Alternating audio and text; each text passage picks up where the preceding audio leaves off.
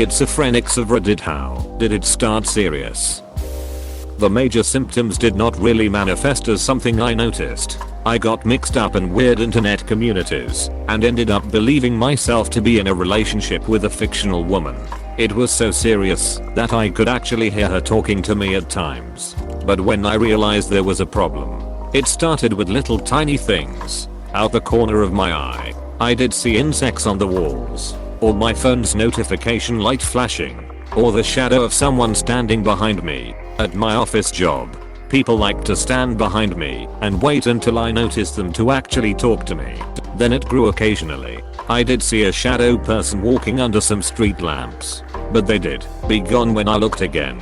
Or I did use my phone's GPS to go somewhere, and I could faintly hear it blabbering random syllables between instructions. What really frightened me was when I saw a little dancing dot in the center of my vision. It was the most direct, obvious sign my mind was failing.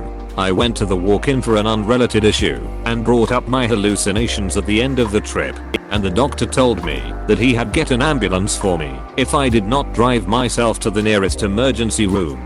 They put me in a little mental health assessment wing, where I thought there were cameras in the walls. There was a really noisy fan in the bathroom that turned on with the lights, and I could swear I heard the nurse babbling to the security guard while I was in there. It did not make any sense, just like the GPS. But it was about me. I knew I had to get out of there. Despite the delays from bigger hospitals, I was able to see a private psychiatrist who put me on medication. My issues stopped almost completely, with few side effects. Once we found the right medication, I still see the occasional bug or something like that, but it is under much greater control now. Are you expected to be on the medication for life? Are there side effects? I expect to take my medication for the rest of my life. My last psychiatrist told me that my schizophrenia is almost certainly lifelong.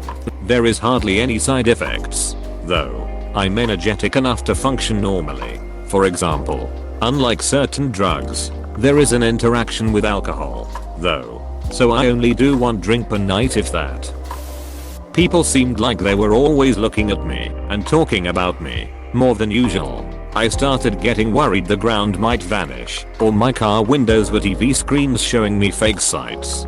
Saw little light pixie lights floating around by the time I got into the psych ward. I don't have a diagnosis, and was just reading this thread out of interest, but this struck me. In the past year I've developed an almost obsessive worry that a sinkhole is going to open up under my bed and myself, and my children will be swallowed whole.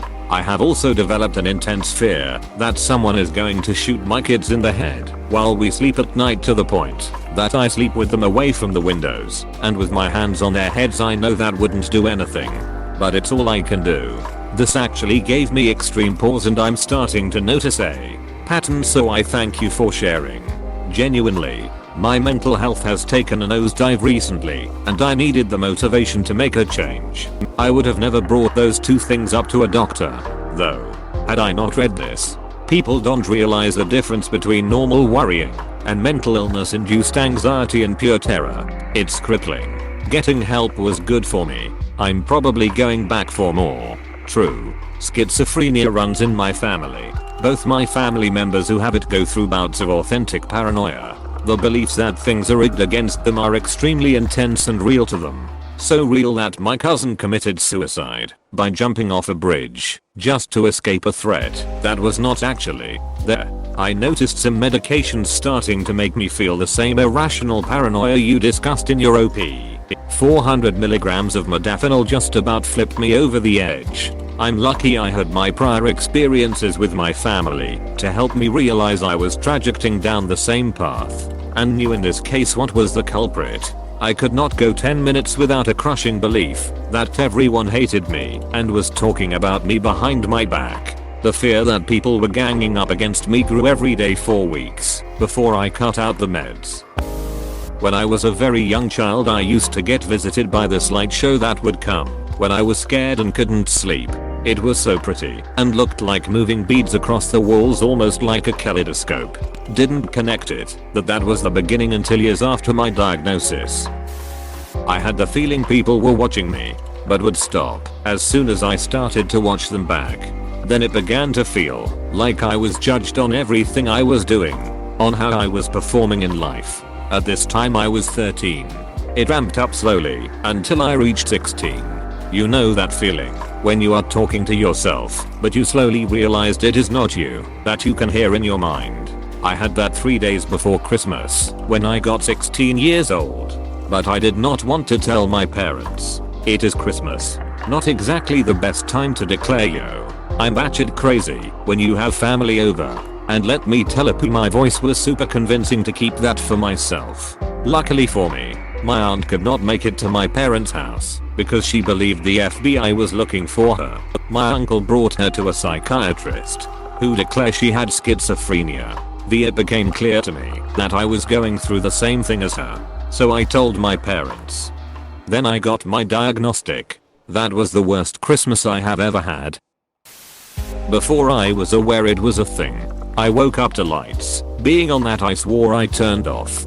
Hearing things in the house. I started to think my house was haunted, which was stupid considering I have a family history. My house was not haunted. My brain is.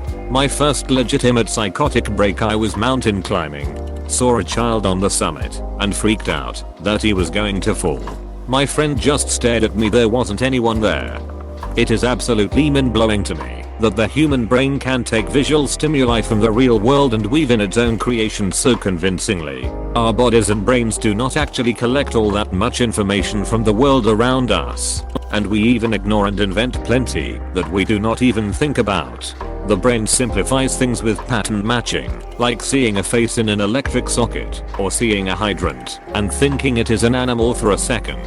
Our eyes develop to see a ridiculously tiny portion of the electromagnetic spectrum, because it is what the nearby star outputs most. The image projected on your retina is actually upside down and your brain flips it, that is, after it goes through an imperfect lens, and whatever may be floating in your eyeball, another thing your brain tends to ignore automatically. I'm more surprised it all works as well as it does. Do not forget the blind spots right next to our main point of focus in each eye, where the optic nerve connects to the retina. There is no visual input. Oh yeah. That point of focus is only about the width of a hole punch. Everything else in your field of view is blurry and almost grayscale. Glasses nose are always there too.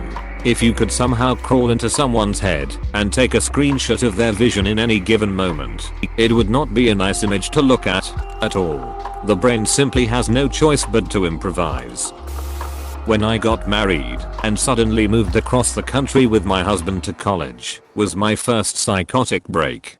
Two voices started talking to me regularly after that, and I realized that one of them had been there since high school. I just assumed everyone had an outsider voice talking to them too. If you don't mind me asking, what kind of things did these voices say? The first voice was softer and comforting.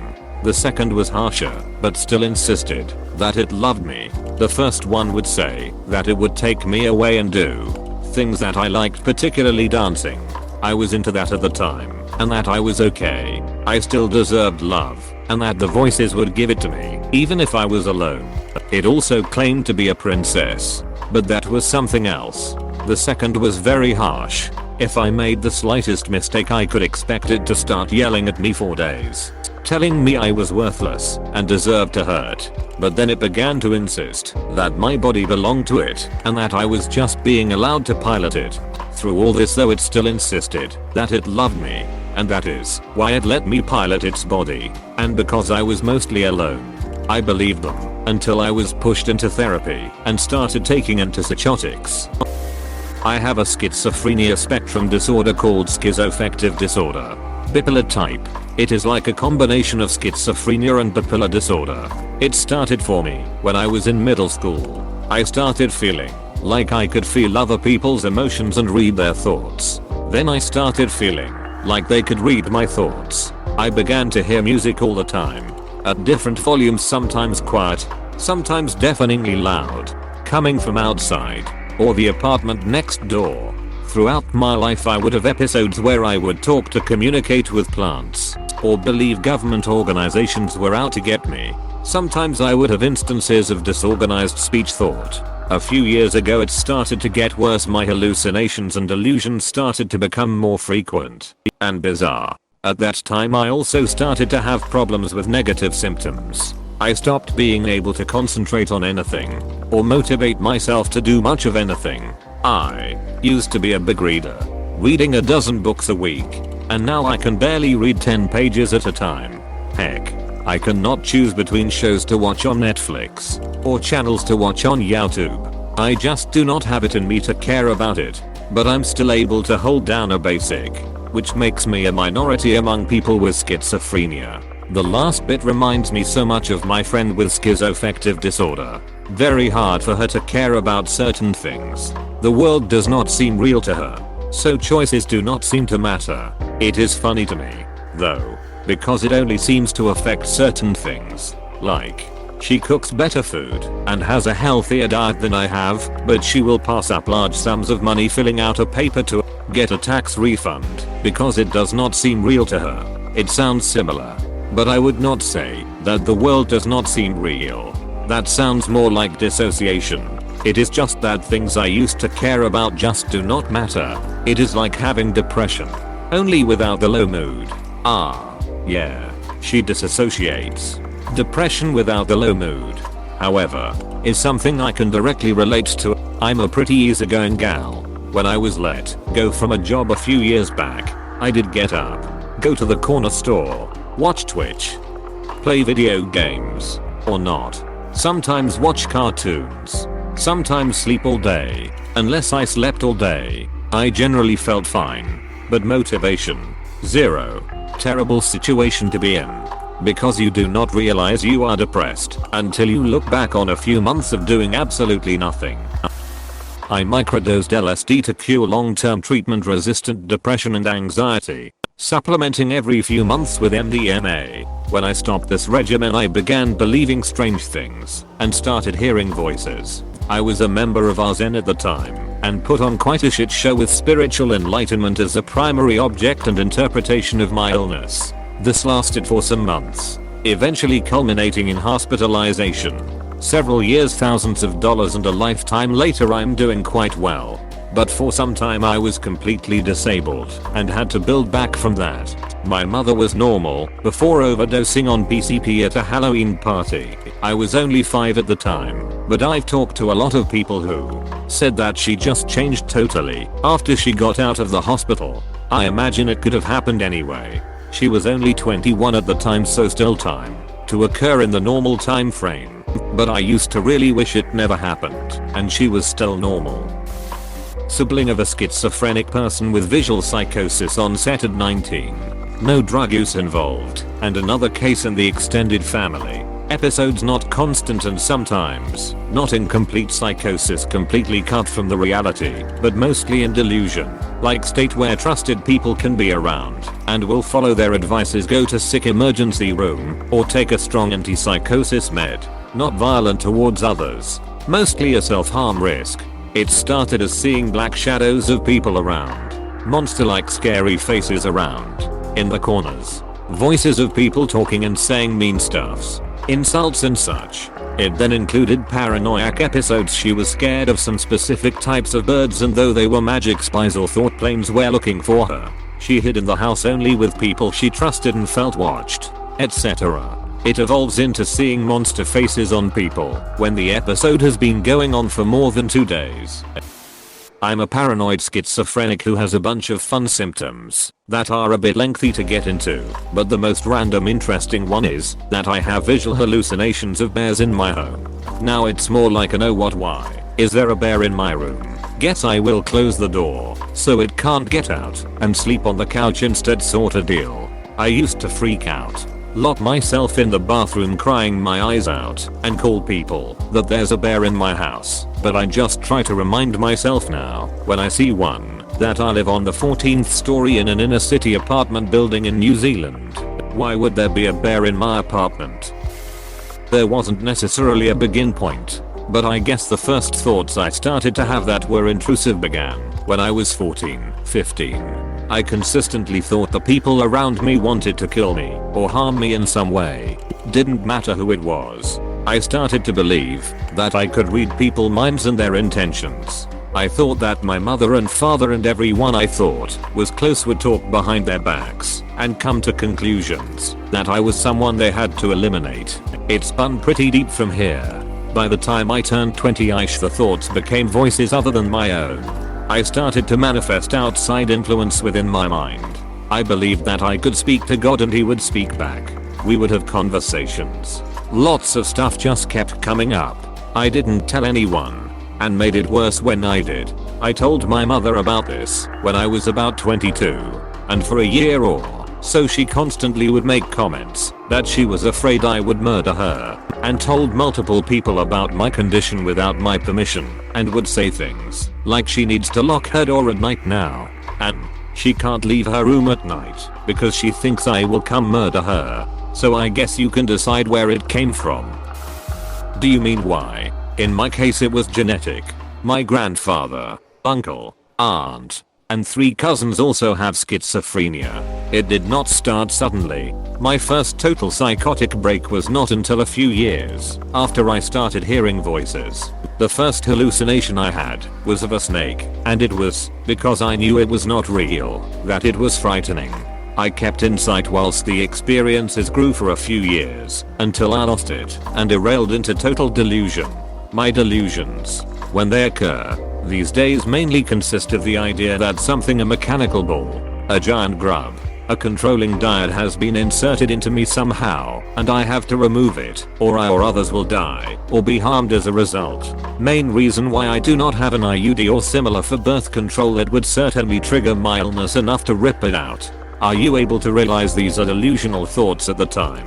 Or do they seem to be grounded in reality? How can you tell reality from delusion? Or is that half the problem? Before my bipolar disorder got under control, I would have delusions of grandeur, and it would just creep in without me noticing. Then eventually I would realize I was getting delusional, and I did start to come out of it. I had a manic episode a couple years ago, and looking back I see how selfish and stupid I was acting. I thought I was right about everything. I have depression, but will be seeing my psychiatrist soon, because I may have bipolar. It is just like you described, where I feel like I'm acting totally normally, but only a month later do I realize how crazy I was being. Recently I thought that I discovered my hidden destiny, that I needed to move to southern China and become a monk, and I had a big list of every insignificant thing in my life for the past 20 years that was secretly a message urging me to pursue my destiny. It feels weird to think about it now and realize that I thought it was totally rational and normal.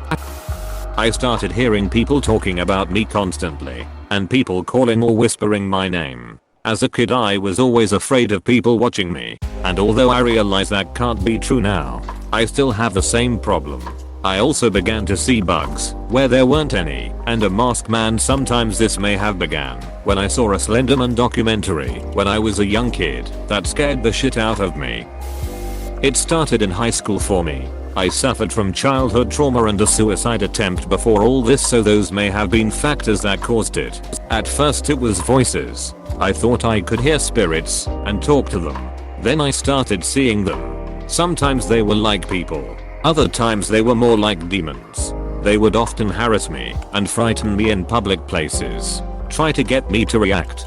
For some reason I believed that this all had to be kept a secret, so I tried my best not to acknowledge them when I was around other people. There were also other things like strings coming out of people's skin. I also started believing that my dreams were prophetic and the end of the world was coming. Eventually my parents caught on that something was wrong with me, and they took me to see a psychiatrist. That was when I was 18. To this day I still have a phobia of mirrors thanks to one hallucination I had. I remember asking myself where my dad went, and I heard a voice answer that was not mine. I had been an avid daydreamer where I deduced different voices for characters and such, so I was used to having other people's voices in my head. I was not all that concerned when they started answering of their own accord, and only when I began to sense creatures behind me in dark rooms and hear screams from nowhere when I'm alone did I wish to seek treatment.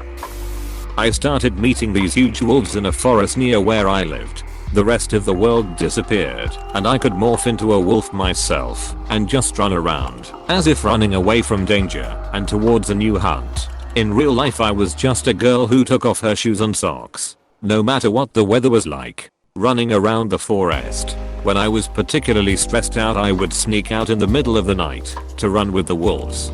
Feelings of being followed, watched, and general paranoia. I used to do everything as if I was being recorded, screaming in my head in an attempt to fade out my own thoughts that I felt was not controlled by me. Seeing shadow people, generally a vivid imagination and a lot of daydreaming to escape reality as scared child. I was diagnosed with schizophrenia at 19 after several years in and out of mental institutions. But now that I'm almost 24, I believe that I do not have schizophrenia, even though mental illness including schizophrenia runs in my family. Another psychologist I had for several years believed I have CPTSD and did, which I personally relate better with, but since I got the diagnosis, I thought I did share my beginning of psychotic behavior. Thanks for watching. Consider subscribing for more videos.